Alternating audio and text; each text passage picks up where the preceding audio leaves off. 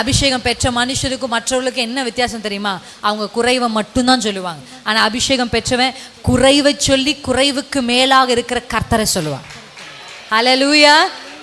அபிஷேகத்தை பெறாத தேவனிடத்தில் வாக்குத்தத்தத்தை பெற்றுக்கொள்ளாத 10 பேர் தான். அவன் ஏனாக்கின் புத்திரன், அவன் நெடியவன், அவன் கொடியவன், அவன் இவன், அவனுக்கு முன்னாடி நாங்கள் பூச்சி மாதிரி இருந்தோம், புழு மாதிரி இருந்தோம், அப்படிலாம் சொன்னாங்களா இல்லையா? 12 பேர் வேவு பார்க்க போனாங்க. 10 பேர் அதை குறைவுகளை மட்டும்தான் சொன்னாங்க. ஆனால் காலேபும் யோசுவாவும் குறைவுகளை சொன்னாங்க. அல்லேலூயா. அந்த குறைவுகளை சொல்றதை கேட்டுட்டு அவங்க என்ன சொன்னாங்க தெரியுமா?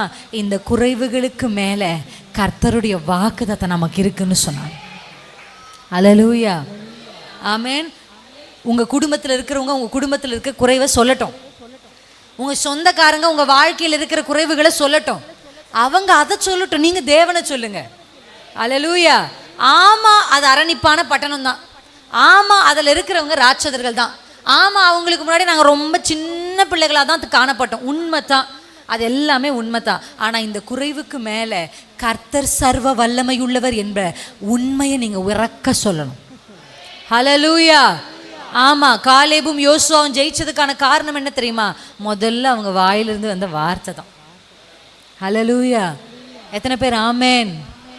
காலேப் சொல்றாரு, அவங்கள காத்த நிழல் அவங்களை விட்டு போயிருச்சு.